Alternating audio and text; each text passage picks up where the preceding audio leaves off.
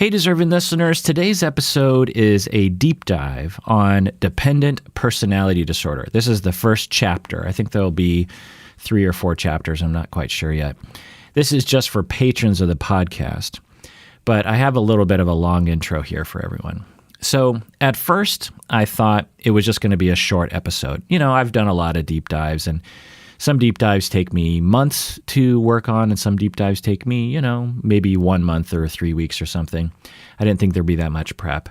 But the more I got into it, the more I realized that dependent personality disorder is a very important disorder for me to understand as a clinician, but also I think for everyone else to understand. There's a lot to it. It's pretty complicated.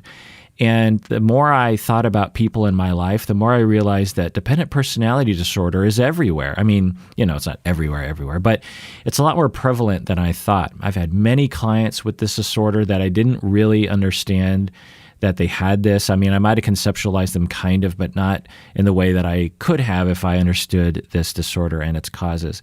And a lot of people in my personal life have suffered from this disorder, or they're on the spectrum, if you will. And understanding this disorder really helps me understand them and their weird behaviors, or weird behaviors according to me, I should say. And I consider dependent personality disorder to be as important for clinicians and maybe even for lay people to understand, just as important as narcissistic personality disorder or borderline personality disorder. All of us, even lay people, especially if you've listened to this podcast, you've heard of narcissism, you've heard of borderline. But I think dependent personality disorder is an equally important concept for everyone to understand, because I think there's a lot of people that confuse us that are operating from the schemas involved in this disorder. It's very useful to know about, very rarely talked about. We hear a lot about narcissism in our culture and in our clinical work. We hear a lot about borderline. We don't hear a lot about dependent personality disorder, strangely, and I have my theories, which I'll get into later. So in this lecture, I'm going to present on a number of things. I'm going to have a number of in-depth case examples, and this is really where my learning sort of pinnacled, when I was able to pull together all that I learned and come up with some case examples. They're fictionalized, but I think you might be able to recognize other people in your life, maybe even yourself in some of these case examples. Because when you hear about dependent personality disorder on the internet, it seems kind of one-dimensional, but it's not. There's a lot of different types. There's a lot of different ways that people will present. In the same way that borderline can look a lot of different ways, narcissistic personality disorder can look a lot of different ways, dependent personality disorder can look a lot of different ways. And if you just read the symptoms, you really do not understand how it will present, because people with dependent personality disorder, as with all personality disorders, they don't know they have a personality disorder. They think that their perceptions and their behaviors are reasonable. That's the definition of personality disorders, particularly before they get treated. And so I'm going to provide some in-depth case examples that might help to really humanize this condition. I'm going to provide a lengthy description, and I really want you to know what this disorder actually is and what it feels like.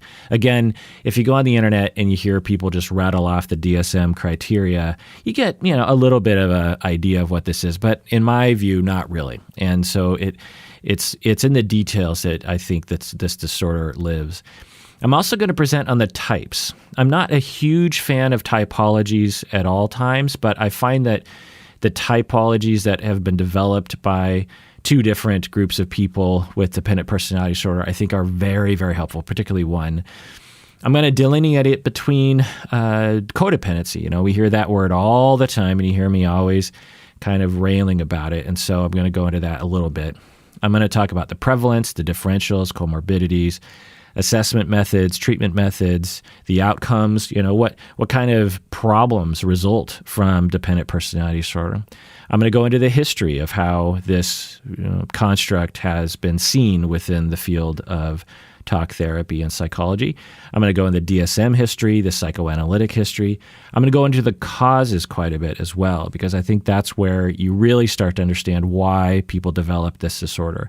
And there are several causes that we can talk about. Genetics, parenting methods, it's a big one, abuse, big five temperament sort of issues, object relations, attachment style, schemas, relational traumas, and much, much more.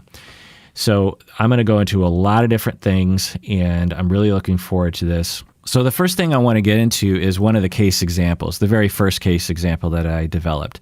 I'm going to call this fictional composite person Aiden. This is a person named Aiden. So this is a only child in a somewhat isolated family. So Aiden is the only son, the only child in a family that lives in a rural area, in an isolated area.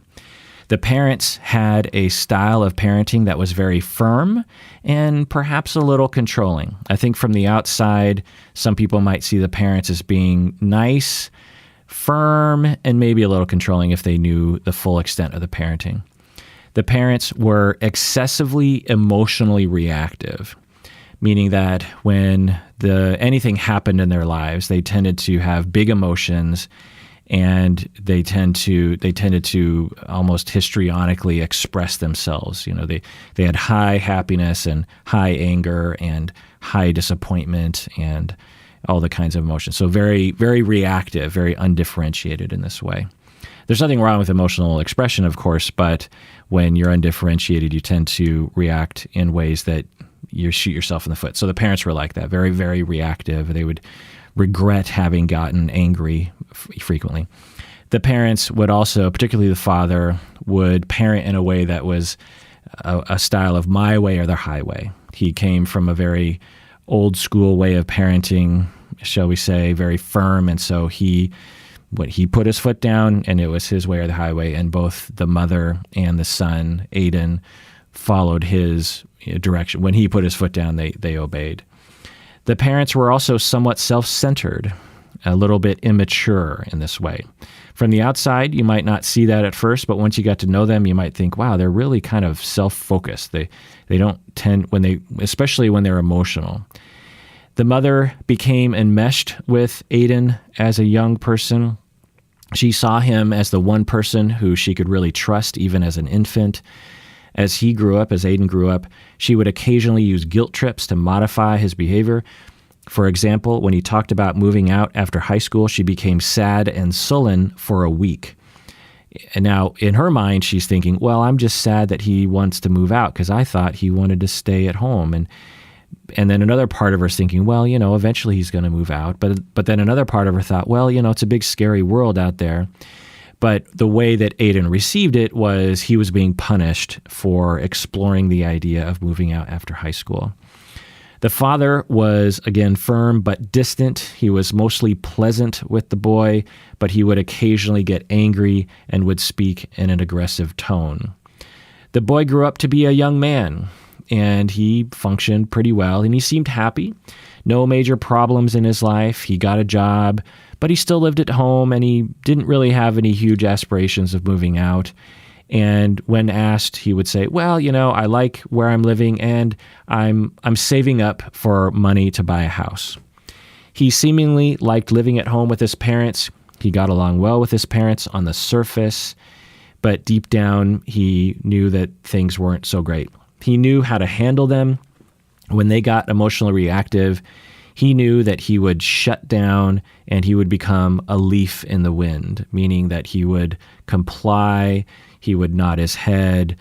He just knew to sort of check himself out emotionally because it was the only way to cope with their emotions. And he prided himself on his ability to remain calm when his parents would flip out, according to him. He didn't have any ambitions in life, none. He was totally happy living at home with his parents and working at his entry-level job, perhaps for the rest of his life. But he didn't really think about the future very much. But deep down, he knew that something was wrong with his life, but he couldn't put his finger on it. When he thought about it, he quickly changed the subject in his mind and would just get back to his normal routine. He got along well with friends. His friends felt like he was pleasant, but they also saw him as distant, as if he didn't really have a personality. He liked his friends, but he felt more comfortable at home with his parents. And soon, as he aged into adulthood, his friendships started to dwindle. He had a few short romantic relationships. He tended to attract women who had quote unquote, strong personalities. Women like his mother, by the way. Women who were ambitious and independent. Women who were blunt and upfront about things. Women who were very emotionally expressive. These romantic partners, these women, they really loved him at first because he was nice and accommodating. He was stable, and he seemingly had a good relationship with his family, which is a good sign. And he never, ever, ever got angry, and that really pleased a lot of his romantic partners. But over time, they felt frustrated with him. He seemed strangely distant at times, as if he wasn't there, again, a leaf in the wind. And sometimes he seemed like a child, waiting for mommy to tell him what to do. Partners complained that he never stood up for himself and never seemed to know what he wanted. He felt anxiety while in romantic relationships, as he did in any relationship. He felt like women were always pressuring him to do things, like to make a decision or to speak up or to have ambition or something. And he developed a narrative that women were too demanding and too much trouble. His relationships usually ended with the woman breaking up with him and him thinking that they were overly emotional.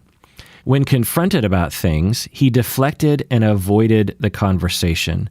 He would say anything to get the other person off of the topic so he could return to normalcy and equilibrium. In arguments, he was very good at remaining calm and changing the subject and at deflecting. He was very good at making the other person feel like they were the crazy one and he was the normal one. He eventually married someone. She was very extroverted and she seemed very confident. They fit very well together. She would get him out of the house and he would, quote unquote, ground her and stabilize her. That's their narrative together. But over time, she became increasingly frustrated with him. He would hurt her feelings in very strange ways. She began to think of him as a man-child and not as a man-man. He didn't have any ambitions. He didn't seem invested in their life together. She thought that having children might help, so they had children. It did not help. She quickly realized that he wasn't ready to be a father. In fact, he became even more childlike. She felt like a single mother of her baby and her husband. And she would often tell her friends, I have 3 children, my daughter, my son, and my husband. The conflict that they had grew until they were fighting almost every day, and they eventually got a divorce. After the divorce, he entered therapy. He didn't know why he was going, but he knew he probably needed to go.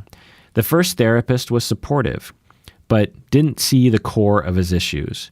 Years later, he went to another therapist. This therapist saw his core issue, his schemas of dependency. With this new insight, he suddenly understood everything. He learned how to stand up to his parents. He learned how to have confidence in himself. After a few years of therapy, he healed from his inner schemas and was able to live a happier life. But he always retained the tendency to become dependent, but he knew how to manage it much, much better. So that is my case example of Aiden, again, fictionalized. It's a composite of people I know and clients I've worked with. And this is an example of, which I'll get into later, of 2 different types. So the 6 types that I have developed, and I'll get into it later, are separation anxiety dependent, enmesh dependent, childlike dependent, compliant and eager dependent, life avoidant dependent, and passive aggressive avoidant. This Aiden case fictionalized example is a representation of 2 of the types, 2 of the 6 types. One is the enmesh dependent. This is the dependent that merges with other people, someone that they're dependent on. And so Aiden merged with his mother and then later merged with his wife. These individuals, these people with dependent personality disorder, are willing to give up their identity, and they become essentially an extension of another person. The other type that this exhibits, the Aiden example, is the childlike dependent. These people with dependent personality disorder will present in a childlike, immature way. They will seem inexperienced, and they will seem incapable of assuming adult responsibilities. So, in this deep dive, I am chapter 1. I'm going to go into the description of dependent personality disorder. This is the Psychology in Seattle podcast. I'm your host, Dr. Kirk Honda. I'm a therapist and professor. This episode is just for patrons of the podcast. So if you want to listen to the rest of this episode, you have to be a patron of the podcast by going to patreon.com. When you become a patron of the podcast, you'll get instructions on how to listen to this episode and the other chapters in the Dependent Personality Disorder Deep Dive, along with hundreds of other episodes that are only available to patrons and are probably our best episodes. I'm confident in saying that, our top 10% episodes are just for patrons. So go to patreon.com, become a patron of the podcast if you want, and take care of yourself otherwise, because you deserve it. You really, really do.